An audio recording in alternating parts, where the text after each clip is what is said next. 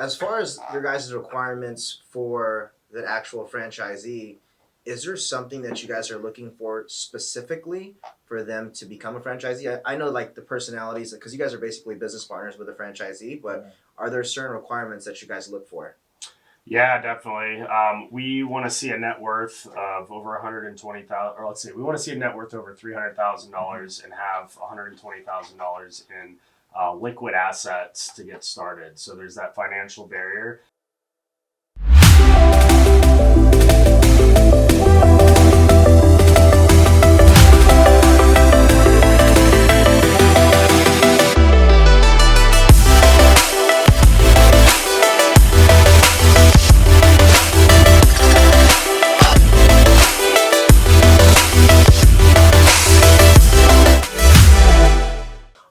So we've got a fire fucking podcast. We've got Mr. TM, I don't know how you say your last name, with Let's Get Moving.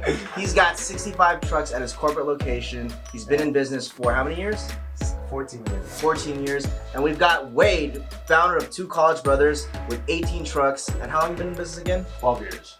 Awesome. So let's get straight into it. I'm going to go ahead and ask some fire questions, and we're going to get a lot of value from this podcast. So let's get into it. I know both you guys are pretty much franchising, and the question that I have for you guys is that you guys are going up against some really big competition, like Two College Hunks, Hauling Junk, and then Two Men in a Truck. I think College Hunks was founded out in Tampa, right? Their headquarters is here, yeah. I think they were originally founded in like the DC area, and their second location was in Tampa, and they moved their headquarters to Tampa, yeah. Gotcha. So like, what are you guys pretty much doing differently to kind of go against those bigger competitors?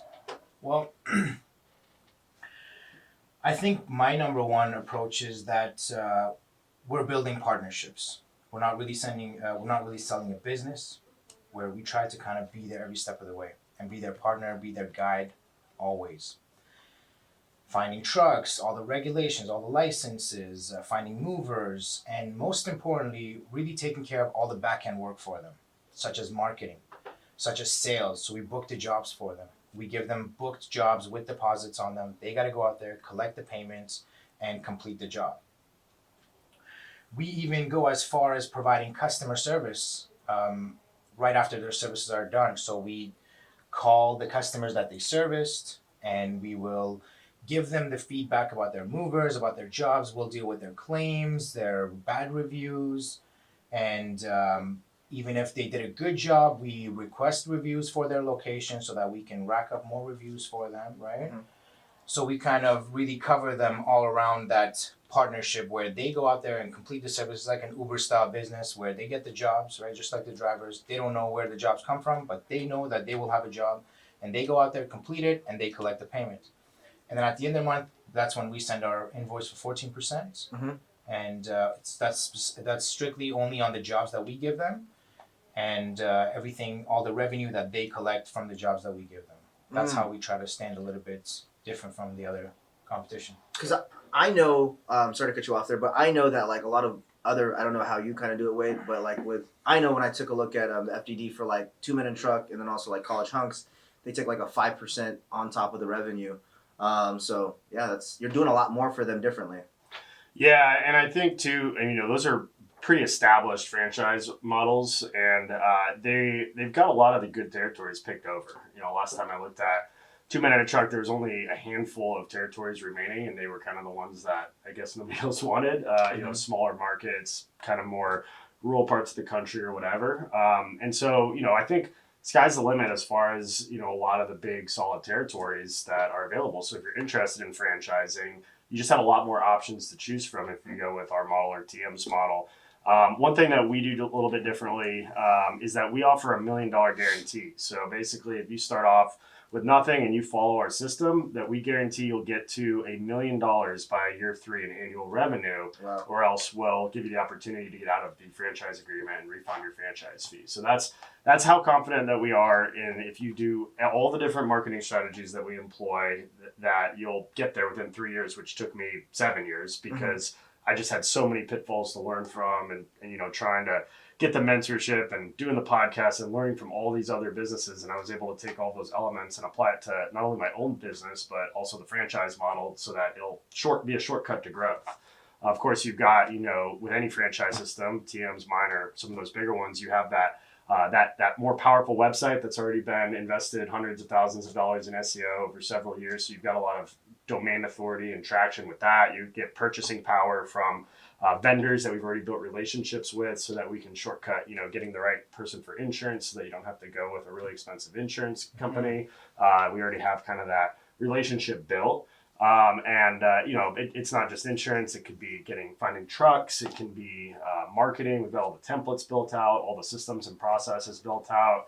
And then we actually, similar to what TM said, is we provide the customer service and the claims management, which is arguably one of the most stressful things for a moving company owner that, has to do with themselves. We don't want you to have to focus on the claims. We don't want your general manager, your operations manager to have to focus on the claims. And we want to keep that customer service level consistent. So we have what's called a chief of raving fans. And the chief of raving fans helps you, with your customer service, following up, reaching out before, during, and after the move to get feedback, and then immediately being able to address any issues that didn't go perfectly to ultimately just encourage more 5-star Google reviews and to help expedite that process as well, and just keep that consistent level of claims management and customer service. So now that I understand that, like as far as like your guys' back-end support, do you guys all have call centers to basically manage every single one of those places? Yeah, so we give our franchisees the option. They can build out their own sales center if they'd like to, or they can have our services, and we charge an 8% commission booking fee in addition to the royalties if we book something for you. And what we see is some of our franchises, one of them right now, because we're a lot smaller than Tia, but some of them in the future, they'll be the first to try to get to a lead themselves, whether it's the owner or their general manager, operations manager. They might have an on-site salesperson that they can grab the leads or take the phone calls, and it'll ring twice to their phone and then forward to our salespeople to offer just that backup support to make sure that somebody's answering the phone. Because especially starting off, we want you to focus on going out in your community, building relationships, hiring great movers, doing that business development, and not have to worry about constantly being on call to grab a call while you're driving down the road and try to book a job. Like, we want to have that available so that the owner can focus on other things. But if they want to avoid that 8% commission, they can certainly do it themselves too. And our Gainesville market is pretty much handling all their sales in-house because it's a tight-knit community. It's a smaller town, and we've found that the booking percentages go up when you have a local salesperson handling it, because they know the neighborhoods, they know the roads, they know the landmarks, they can relate to things. They can also go out and do the networking events and stuff that a distant call center isn't able to do as much. So yeah, What about you, Tim? Sorry, what was the question? The question was, you have a back-end call center. Yes. And do you use that to basically manage all the other locations, or is it like each location has its own salespeople? They do not have their own sales department at all, and we are the only ones that book the jobs for them. We even encourage them that if you've got a lead from, let's say, a different source, or somebody or somebody that walked into the office, we say put the lead in the system. Let us put them through the follow-up process. Let us have the better chance of closing that lead. But I do like what Wade said with regards to them being able to and having the opportunity to be able to call right away and follow up right away. I really like that. That sounds really cool. It also sounds like, at least with your business model, you pretty much can have somebody just walk in, and it sounds like you guys manage the whole back end. We do. All you need is a truck and a couple of movers. That's nice. As far as your guys' requirements for the actual franchisee, is there something that you guys are looking for specifically for them to become a franchisee? I know like the personalities, because you guys are basically business partners with a franchisee, but are there certain requirements that you guys look for? Yeah, definitely. We want to see a net worth of over $120,000, or let's see, we want to see a net worth over $300,000 and have $120,000 in liquid assets to get started. So there's that financial barrier. I bootstrapped my first location up in Gainesville and tried to bootstrap our location here in Tampa with barely putting any money behind it, and that just slows the process down so much. So if you meet those requirements, then you can right away get the nicest trucks. You can get all the equipment that you need. You can do the marketing to get off the ground a lot faster. So that's a big one that we're looking for, and somebody who's willing to work in the business for those first 3 years. We don't want it to be something that they are chained to for life. We want them to be able to build a team, but at the same time, we want somebody who's going to get out and pound the pavement and hustle in their community too, instead of just look at it like a passive investment. Hey guys, if you really like this video, like, comment, and subscribe. This will help the channel grow drastically. Share this to 5 different people that you think can benefit from it. Now back to the video. Gotcha. What about you, Jim? Yeah, absolutely. I agree. We say about $300,000 net worth as well. We say about 6 months you should be in the business to build a team and grow your operation. Learn the business. That's really important, right? And we obviously want people that's really, the most important thing for me is obviously the regular stuff like no background, no criminal background and things like that. However, we want to have easygoing partners, right? People that are easy to work with, that feel like long-term partners, that are willing to work with you through the challenges and build a big business, right? Mm-hmm. So a lot of times, like I do the final interview before we actually allow them to join our team, and I have to have a good feeling about them. I really, really have to have a good feeling about them. They have to be respectful. Like this all happened because we found a franchisee in New Jersey. Mm-hmm. And this was like the last interview. Like this is when you're like joining our team, and shows up in bed in his Zoom. I'm like, this guy's ridiculous. And I was like, you know what? Let's see what happens. And a couple of days later, we realized it's tough for this guy to even fill up a form and show up to meetings properly and so on and so on. And immediately we cut ties. And that really allowed us to understand we want really attentive people, people that are respectful, people that respect your time and the company and the brand, and not just showing up kind of half-ass, right? Right. And we really go based off of meeting that person and wanting them to be like an easygoing, nice person, respectful people. Right. Those are what we look for. So now, like, because there's a lot of the times, right, especially in the moving industry, employees, like, I know that there's like a couple companies that they look at their employees to use them as like general managers for different locations. I forgot, I listened to one of your podcasts before. I think it was I forgot which, in South Carolina. I forgot who was the guy. Was it Chris Sweet with? I think it was the guy who passed away. Oh yeah, I know who you're talking about. Yeah, I'm drawing a blank at the moment as well, but yeah. Yeah, no. So like, do you guys look in your guys' industry? I mean, your guys' company at first for people that want to become franchisees? Because like, sometimes when people join the business, I've seen it even outside, like, you know, on your little roadmap. Mm-hmm. Like, I think it'd be great for employees to kind of get to the next level and become a franchisee. I mean, like, have you guys had any people that became franchisees within the business? That's right. Yeah, we have about 12 of our old employees. Maybe 2 or 3 are actually still working in the company and running their own business because they got partners, they got operations managers, and still get a really good pay at the company and still want to be part of the whole image and the brand. So one of them actually being Kelvin, he's sitting right there. Oh. Yeah, he owns his own location. He's got a partner. He's maybe doing 30 to 50 jobs a month, and he's still in the business. You know, me and him have a really good relationship, and we really like the fact that we work together, we build the brand together. He's an awesome guy. Has helped me with everything. Yeah, I've had my accountant buy a location, and he left to Calgary. Wow. And he started his own. Yeah, I had my one of my really, really good operations manager who was with me for a couple of years. He actually helped me open my secondary and third corporate location. I've spoken about him in other podcasts as well. He opened his own location. Actually, he owns 2 locations now. And I had a guy who came in. These are just the ones I remember. Even my own SEO manager just bought a location. And I brought a guy who actually used to work in our call center. He was doing sales for us. Then he went to college or uni. He left for a bit, couple of years.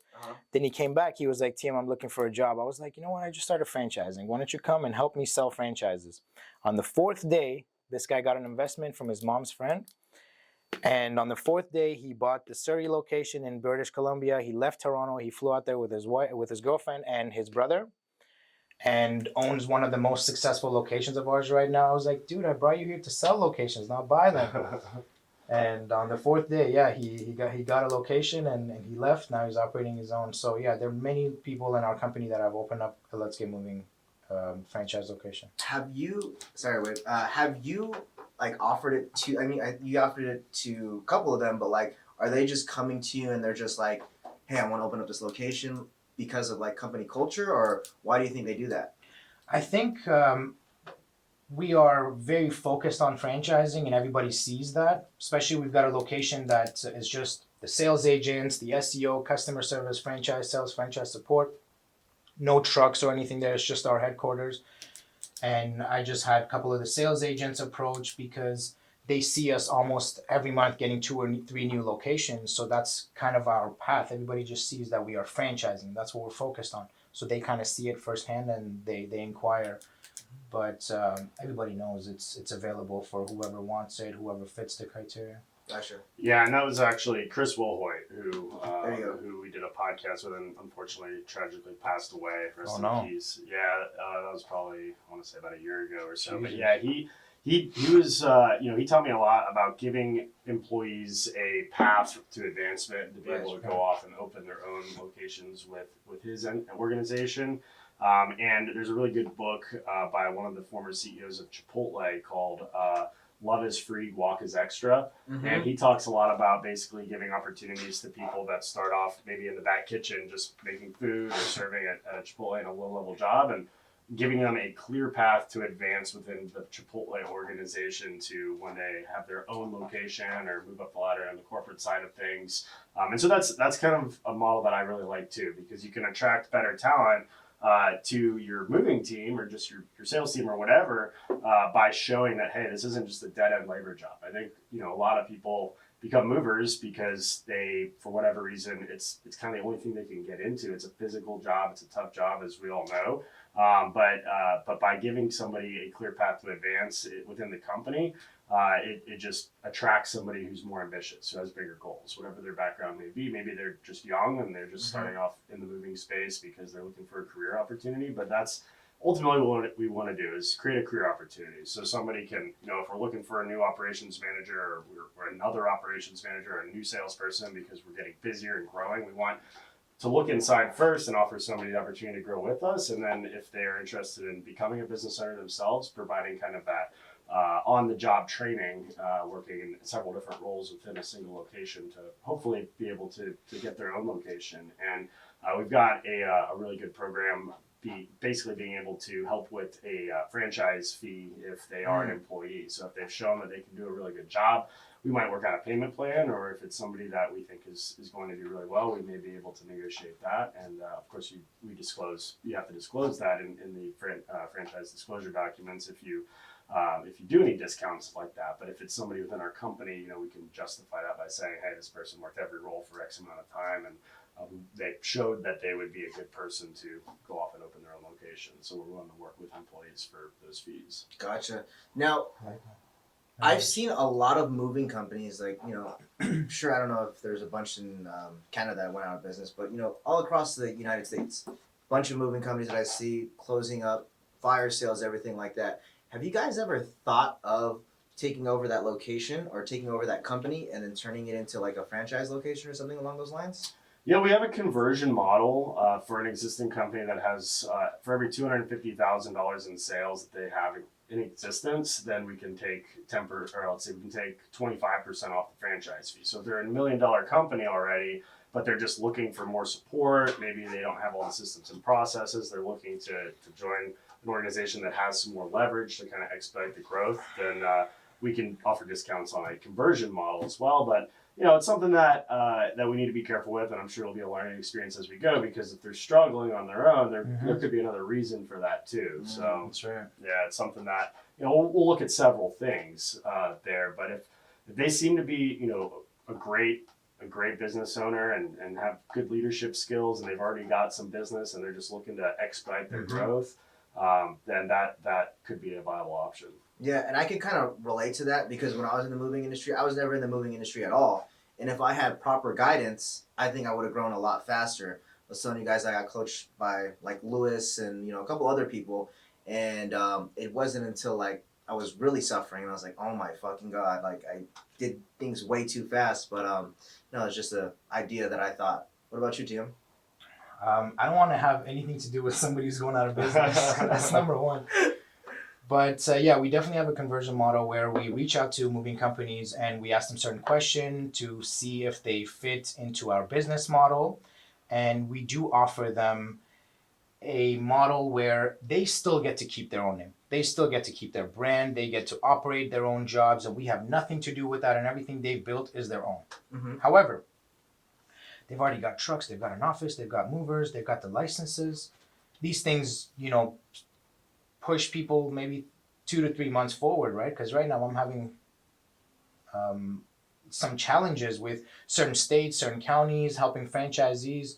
We're always learning, of course. And sometimes it takes up to 3 months to get the regulations and licenses set up, right? So, yeah, I do like people who already have the foundation. Mm-hmm. However, they need to kind of have that mindset of good leadership. These are really important. What we do is we just add more jobs to their schedule, and we only collect royalties on what we add for them, right? And they can have 2 separate businesses with the same foundation. That's easier for them with a lower investment to start with. That's interesting. So let's kind of touch base on that. So you said they can have 2 separate businesses in the same area, yeah. So that means they would have their business and then they would have a Let's Get Moving. Correct. So almost like a because I know we were talking about this beforehand, like with like van lines, when they give you the lead, you have to send out a truck with their actual logo, and if it comes self-generated, then they send a truck, and then all you have to do is put magnets on the side. So is yours kind of similar to that? Yeah, magnet would be lovely, just so that you can kind of represent 2 different brands, right? But the goal is so that they see the business growing, that we booked them enough jobs that they would get a Let's Get Moving truck. They would get a secondary Let's Get Moving truck and just be able to still operate 2 different businesses with the same movers out of the same office. However, show up with 2 different brands, different uniforms, different truck wraps, right? That would be really good. Because you already have the foundation. All you need to do is just either go with this truck or this truck, put on this uniform or that uniform. Simple as that. I used to run this is a long, long time ago. I used to have another moving company called, I had a friend who owned the Mississauga. Yeah, it was the Mississauga, which is like a town near Toronto. He had the 2 Small Men with Big Hearts franchise. And he saw my business. He's like, TM, look, I'm just going to give you 50% for free. Help me pick it up and let's run it together. Out of your office, out of the same movers. So it was a similar thing where we had 2 set of different uniforms. We were using the same movers. Either you wear this uniform or this one, take this truck or that truck, go out to do the job. Do you have to, like, would you put like a Let's Get Moving like logo on their thing, like a partner of Let's Get Moving, or is there like that would be good, any affiliation with Let's Get Moving if they decide to keep their own brand? Yeah, that would absolutely be fine, as long as they have some sort of representation from Let's Get Moving. That would be good, so it's not a complete surprise to the customer. Right. At least show up still with the uniforms of Let's Get Moving. I own 2 different businesses. This one and this one, I had to show up with this truck. Yeah. Right, but after a couple of months, we get them enough jobs that they should have their own separate truck. Gotcha. When I was starting off, my original company was Smarter Moving Solutions, and I bought the 2 College Brothers brand. Oh, really? And I thought about running those 2 as separate companies. Like Smarter Moving Solutions would be like more residential, commercial. 2 College Brothers would be more around like the college students. But I started to realize like there's not enough consistent college student business to just do that with a brand, and we would have had to buy different logos, different trucks, different websites, have 2 whole different things. I was like, that doesn't make sense. Like 2 College Brothers has been around longer. This brand actually started in 2010. My company started in 2012 with Smarter Moving Solutions. So they just had more traction, and I just decided to lean into that one brand instead of divide out my resources. Do your people ever run into issues like that? I'm hoping that after they get a lot of jobs, they would convert just to Let's Get Moving, right? Yeah. So is that the roadmap? That is the goal. Right. However, there are different sizes of companies, right? If somebody's got something really good going on, they've got 7-8 trucks, running a big business on their own, and it's pretty automated, good for them. That's for them to keep, right? I don't want to touch anything that they've done for themselves and have built for themselves. And if I can bring more value, and if I can give them, 3 to 4 trucks within the span of like 8-9 months, then we've done a good job. We've got a pretty big business with them, and they can completely run two separate businesses. You don't think that would be like a conflict of interest because like it would be getting business from their main business versus the Let's Get Moving? Like I think essentially you guys would probably be competing against the same leads, right? Yeah, so we get certain leads for them and we book the jobs, right? So what we do is we give them booked jobs, and that's all we expect returns from.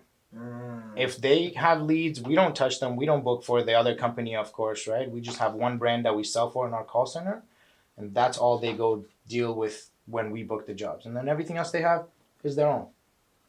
Got you. So, but my question is that let's just say this company that they already have, right? Which and they're paying for Google AdWords, and then the company with Let's Get Moving, you guys are also marketing with Google AdWords as well too. So, wouldn't there be like two different estimates that they would get, like a Let's Get Moving one and then their company one?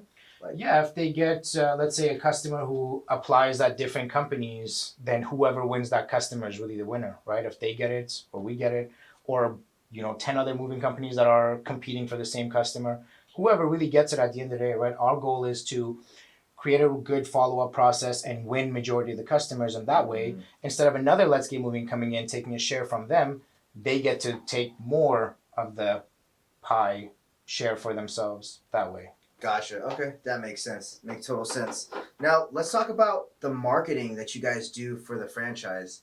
I've always been like, I always wanted to know, like, it's a different business, and like, where do you guys kind of do the marketing for that? Like, is it like a Google or trade shows? What is it? Oh man, franchising is such a crazy business. We need a lot of money. That's number one.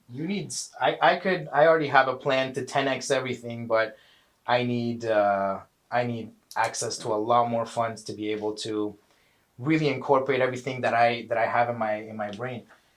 Real quick, Yeah. before, like, when you're gonna go into that, like, as far as where would you allocate all that money to?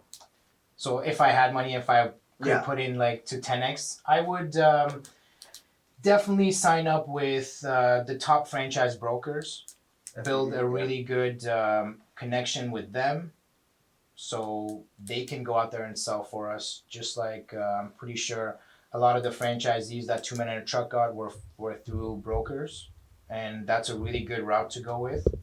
But they are really expensive, and you also have to kind of build a system for them to be able to like support those franchises that they will bring.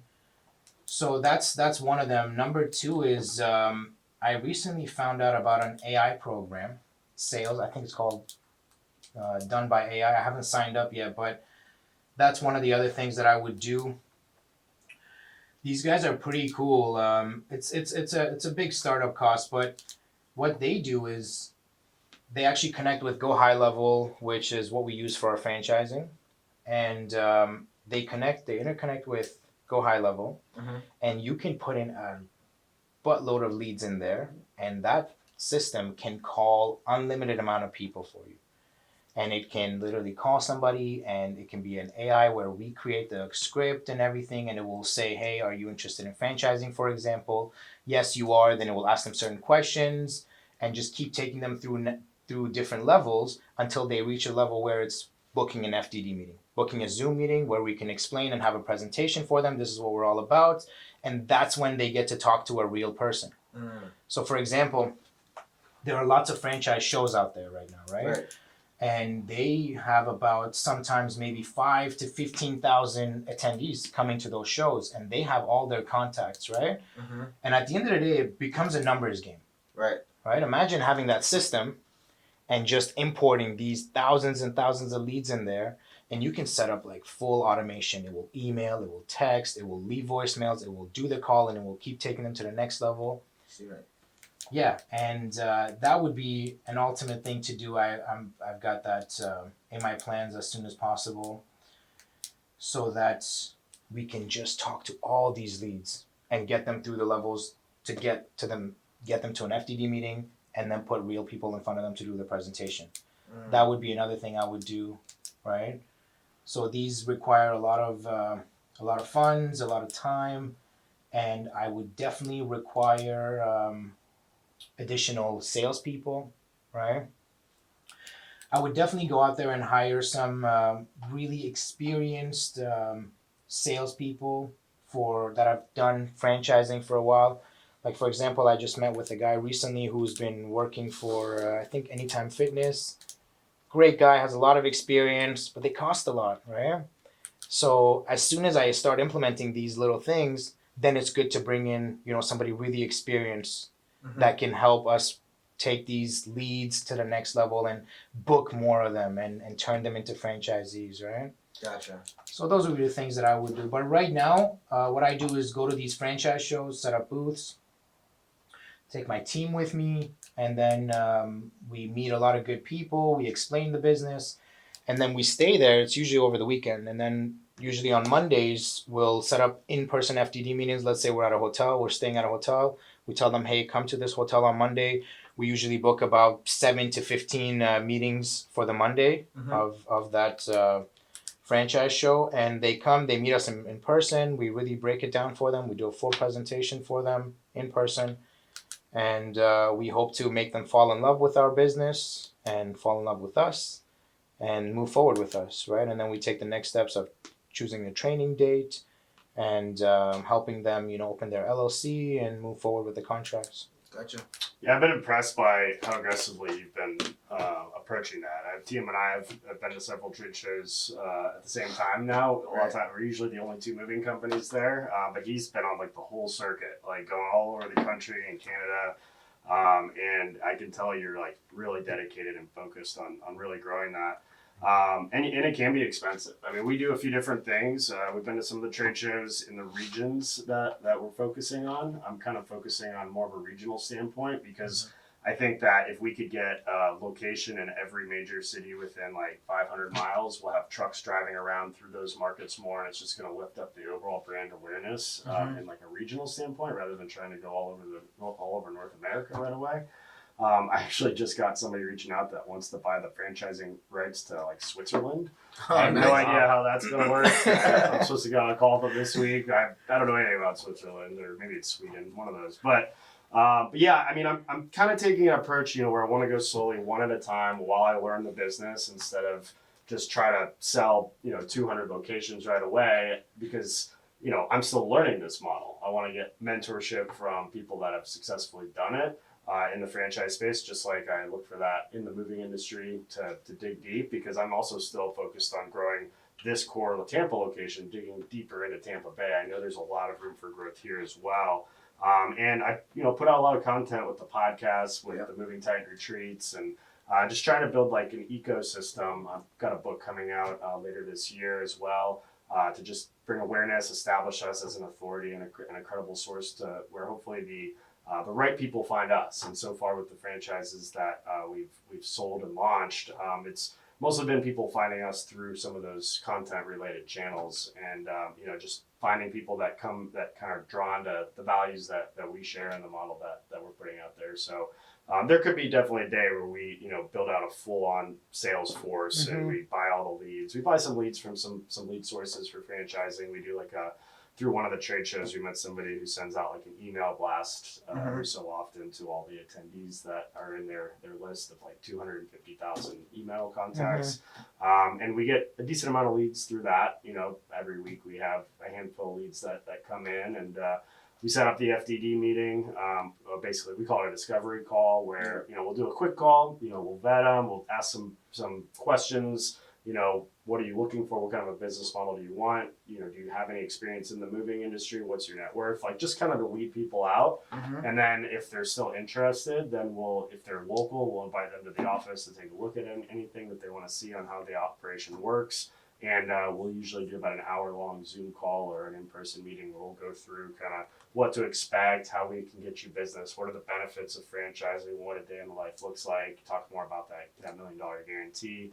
And after that, see, how serious they are. If it's a good mutual fit, we'll start to take those next steps. Gotcha. I love the $1 million guarantee. It's really cool. Good job. Thank you. So I've heard like franchising, like it doesn't really benefit you guys unless you guys get to like 100 like territories or something like that. Is that true? Well, moving makes a lot of money, and I think I seen that from sorry to cut you off on College Hunks Hauling Junk. Like Okay. one of the founders, he said like his person that helped him out said like you need 100 locations Yeah. in order to make it make sense. Have you guys Yeah. heard that? I haven't heard that, no, but I'm definitely experiencing that. I've Yeah, heard yeah. that like your first 10 are like crucial. Like, Right. You want your first 10 to be successful, to be able to offer testimonials to Mhm. anybody who's right. interested.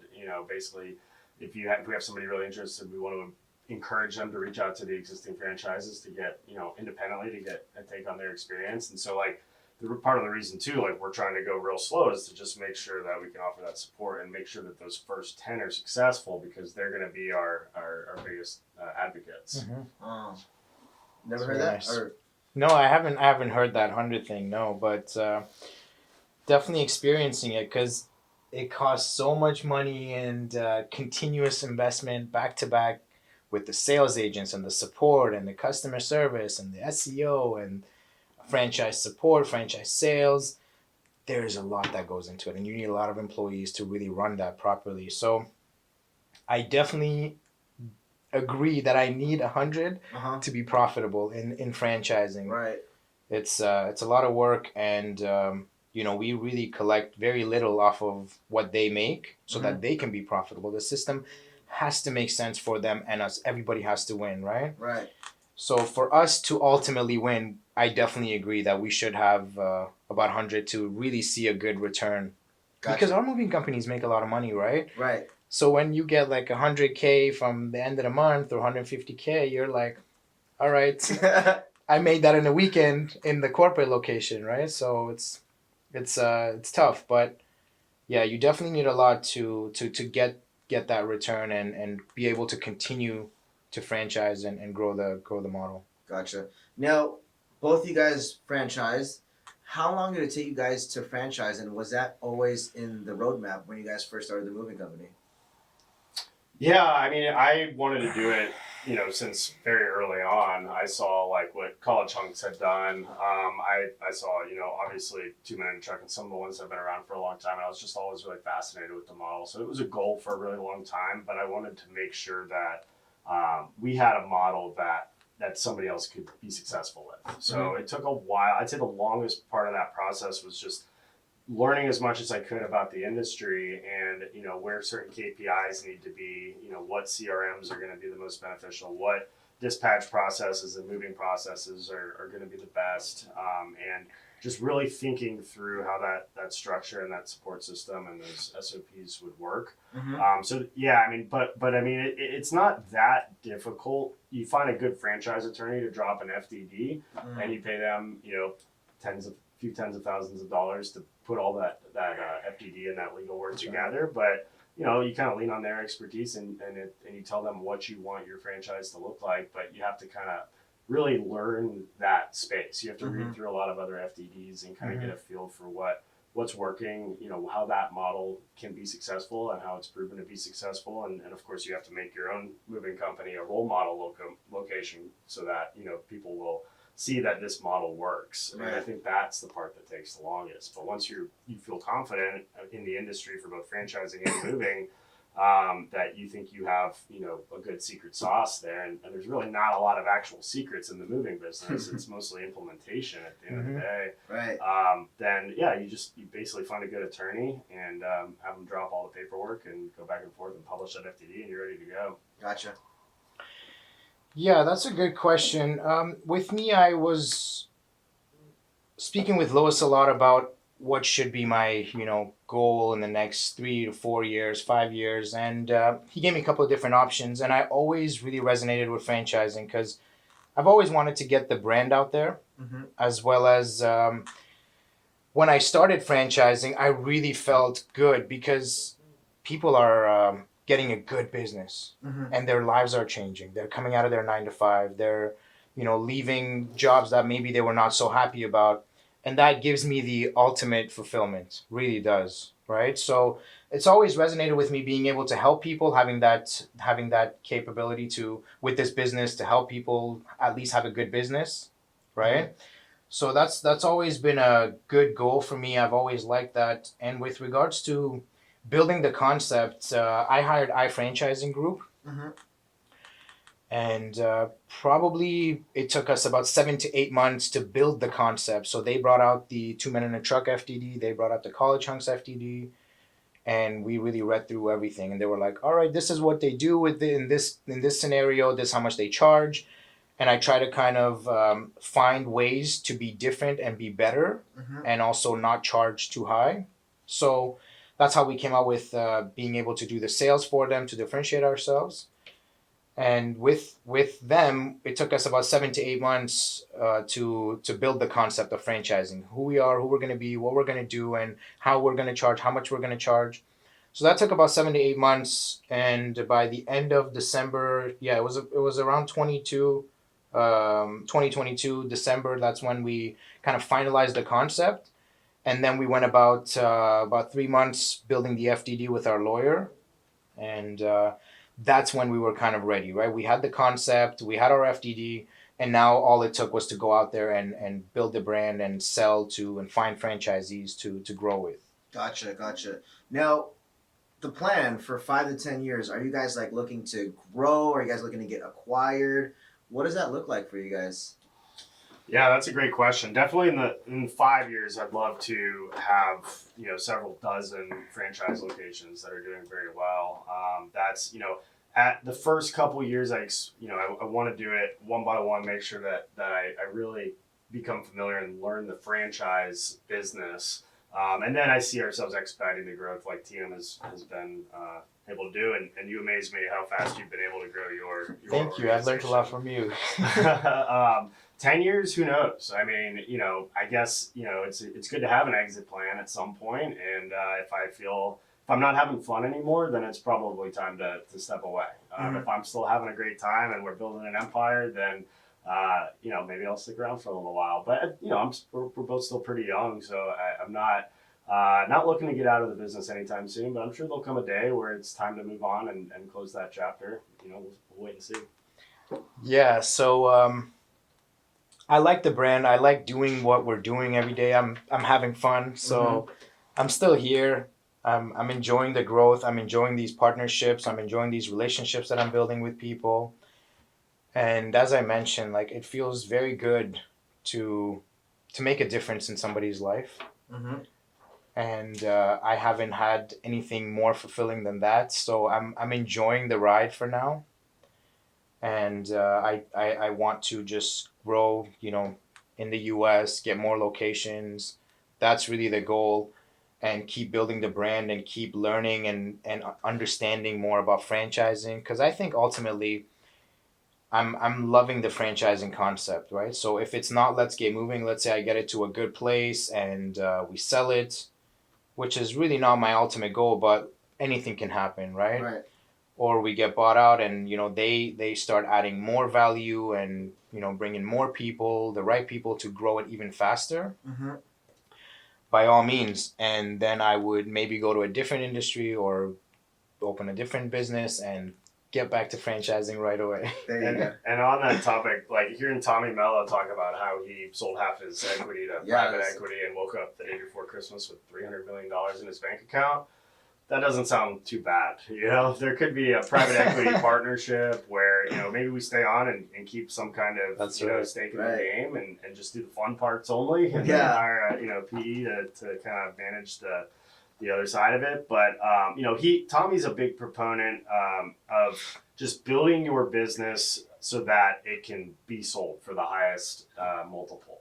Right. Whether you decide to do that or not, at least have that option and build a role model business that succeeds. And that's, I wouldn't be ready to sell right now or really anytime soon because there's still so many things that I'm working on improving and tightening up and just making it better.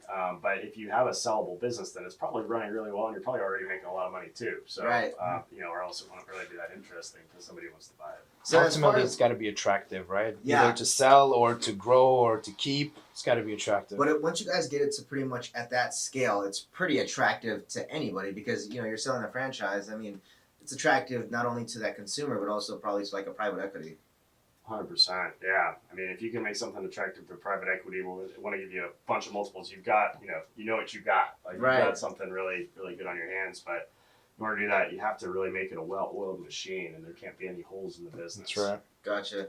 As far as entrepreneurs, do you guys have any other businesses? I know, Wade, you got a couple. TM, are you guys invested into anything else besides the moving industry? Well, me and him are part of the Tighten Up training Yeah. program. That's right. Me and him are partners, right? Yeah. That's right. So we like the moving sector, right? And I obviously do the moving. I do the franchising. I also do this training program with them, which has been a phenomenal experience. And just getting to know Wade and being friends with him, being partners with him has definitely changed my life for the better. The people Wade surrounds himself with is great, and it motivates me, and I just love being here and being part of it. So we love the moving sector, and that's kind of the other business that we do together. Yeah, I like I touched on, like, we're kind of building this whole ecosystem, right? So like technically on paper, I've got 7 businesses. I've got the Tighten Up training. We've got the Moving Tighten Retreat, which they share a brand but are essentially separate businesses. We've got 2 College Brothers Moving and 2 College Brothers Franchising, which are again share a brand but 2 separate businesses. I'm invested in like a recreational wiffle ball league because I love playing wiffle ball. There's like competitive, tournaments and stuff. That's just more for fun. It's not really making any money, but I didn't know that. Yeah. I've got like a boat rental business where I've got my boat in an LLC and I rent it out when I'm not using it. Basically, just kind of make it, instead of making it a liability, it's an asset. Nice. Yeah, So smart. That's that was how I justified buying a boat. So just things like that. We've got the podcast, of course, which isn't really its own separate business. I guess you could call it a sole proprietorship. Right. I'd love to get more into real estate. I've invested in real estate. I bought and sold a couple of houses that were rentals and that sort of a thing. I haven't focused on that a whole lot the last few years, but eventually, as everything else starts to come together and become well-oiled machine, I see myself getting much more into the real estate investment side of things. Gotcha. The reason why I asked that, because you guys have grown pretty big businesses, and like I'm sure in order to grow those businesses, you guys kind of reinvested into those businesses, correct? Mm-hmm. Absolutely, yeah. That's where most of my focus is right now. Is just because there's just still so much to grow. Right. That's right. Investing in ourselves and what we're passionate about is where the focus needs to be, at least as far as I'm concerned. We're still at the beginning of the road. That's right. Yeah. Challenges as an entrepreneur. What do you guys find yourself like as the challenges that you guys kind of go and have within being an entrepreneur? Yeah, I mean, there's always going to be like the people aspect. Moving is a very people-centered business to be in, and so is franchising. Like our inventory isn't something we can put on a shelf and sell, like a lot of businesses can. And it's essentially the people that we have, and they can't just sit on a shelf for 6 months waiting to get sold. Like they've got families, they've got lives. You've got to be able to interact with different types of people and different roles, and then of course the customers and. With like the retreats and the training, where it's more business to business, and so there's a lot of different dynamics that have to go right with that. So I'd say that's always a challenge and something that we're always trying to get better at, and attracting the right type of people into our circles to do business with, for sure. Gotcha. I think you face all kinds of challenges. You get challenged every day, right? You got to be able to wear so many hats, and you got to wear them right, because as the leader, you wear the wrong hat or you wear it the wrong way, you start falling off from being that leader, and you start to look like a liability to your business. Right. And yeah, most definitely people are our business, like the movers, the people that work with us, the franchisees, right? And also our business is also very seasonal. Right. So it's very important to be able to, keep the cash in the summer and and not feel like a baller and just go out there and then winter comes, you're like, oh shit. Yeah, that's definitely a challenge in this business. Yeah, and just the responsibility, because you're responsible for so many people's livelihoods. Right. And especially with franchising, like you have somebody that leaves a good job and has a family to support, and you have to. They're counting on you to make sure that they're successful, and there's pressure with that for sure. That's right. And I said that on your podcast earlier, where I was like, I was new to the business, and then I came into the summer, I was like, holy shit, I'm balling.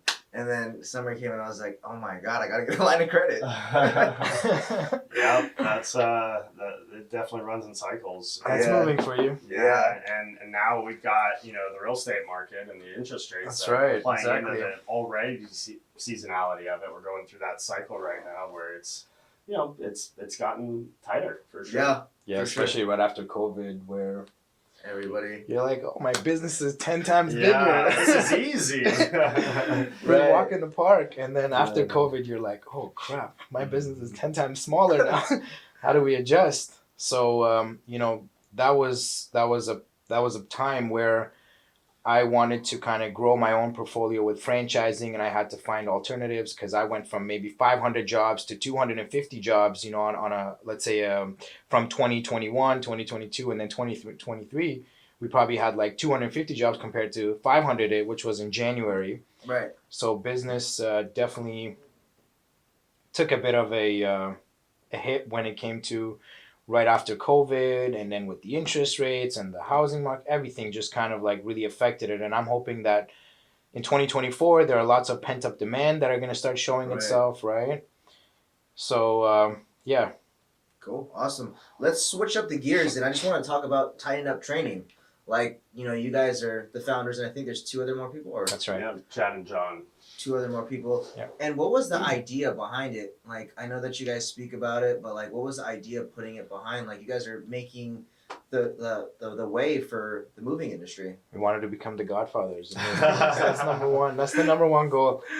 But obviously, I think to help all moving companies out there, that's the goal, right? Like I think Wade and I are we get a lot of fulfillment from helping people and just really being able to be an open book and really get the industry to a next level. Not just ourselves. We want to make everybody around us better, and the program is phenomenal. Like I think we spent over $100,000 just building the movers and the training program for them, which is Hollywood level production. It looks Seen that. absolutely amazing. I highly recommend everybody to check it out. And I don't think for another 100 years there will be as good as a moving training program available. I really don't think so. Mm-hmm. So yeah, I think it's a phenomenal program, and it taught us a lot. And we learned from each other. We learned by going through this experience, and also we are putting out there everything we know, right? Like for example, with all the sales aspect of the program, like I put out everything that took my company where it is now, Mm-hmm. step-by-step guidelines on how to create the processes for sales, how to do the follow-ups, how to really deal with the whole with the sales call center, and how to build it and how to grow it and how to deal with the leads better. So it's not just general stuff in the program. It's very specific step-by-step guidelines to how to create processes. And Yeah, I mean, I think we all had our own training internally coming into this, but by basically bringing 4 people together, it's a way higher multiple of what we're able to produce. Mhm. Like, we wouldn't all independently be able to get all the different perspectives and right. be able to get as much capital behind putting together something that nobody's ever seen before, that the industry desperately needed. Like, Right. there's just not a lot of resources for, especially the mover training, but Exactly. everybody I think was looking for some new sales perspectives, so we teamed up with Andy Elliott to give his. Yep. And we flew out there multiple times and sat down with him for like 8, 10, 12-hour days and just like taught him everything about the moving industry and allowed him to put his own sales techniques into play with what we had all collectively known about the industry, and offered all 4 of our different perspectives. So I think by getting 4 owners, there's a saying like, one horse has 1 horsepower, but 2 horses have 3 horsepower. Right. So like when we can get 4 horses,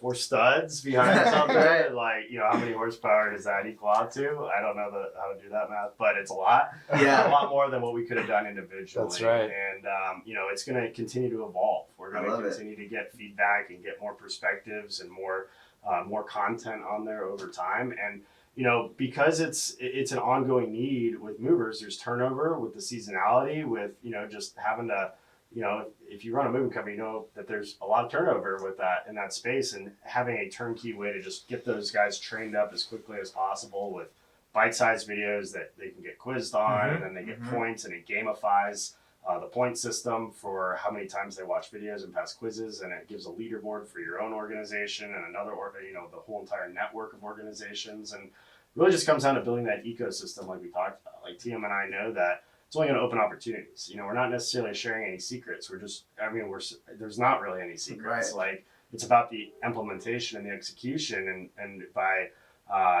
being able to build this ecosystem, it's going to open up opportunities and build our own networks, but also just elevate the entire industry and just make it so that there's a clear difference between a professional Titan certified moving company and then just your mom and pop that doesn't have that level of training behind it, and it'll help anybody who joins that platform be on that next level. Right. And it erases us as like a commodity because of the stigma that the moving industry has had for 100 years with how things have been done before. That's right. Because there weren't a whole lot of resources behind it. And now we're providing those resources and just trying to elevate the entire industry as a whole. Like, Right. That's really the only thing that we're trying to do, and then, elevate our own companies while we're doing it. Right. I bought that immediately. I seen Andy Elliott up there.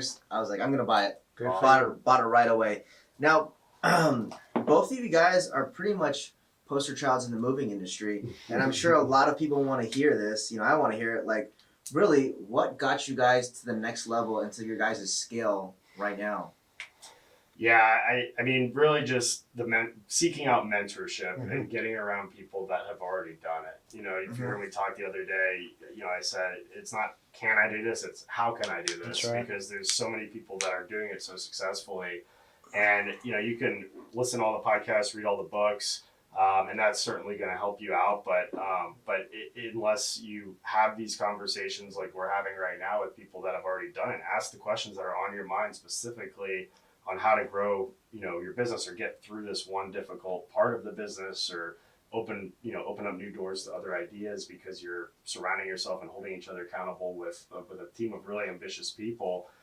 That's ultimately what saved my business. Because before I met Louis Massaro, went out to his conference, before I started the podcast, there were virtually no real resources for us. And once I started to do those things, everything just started to click and make sense. Gotcha. That's great. Yeah, he's absolutely right. I think for really anything, personal or business, you gotta always have that.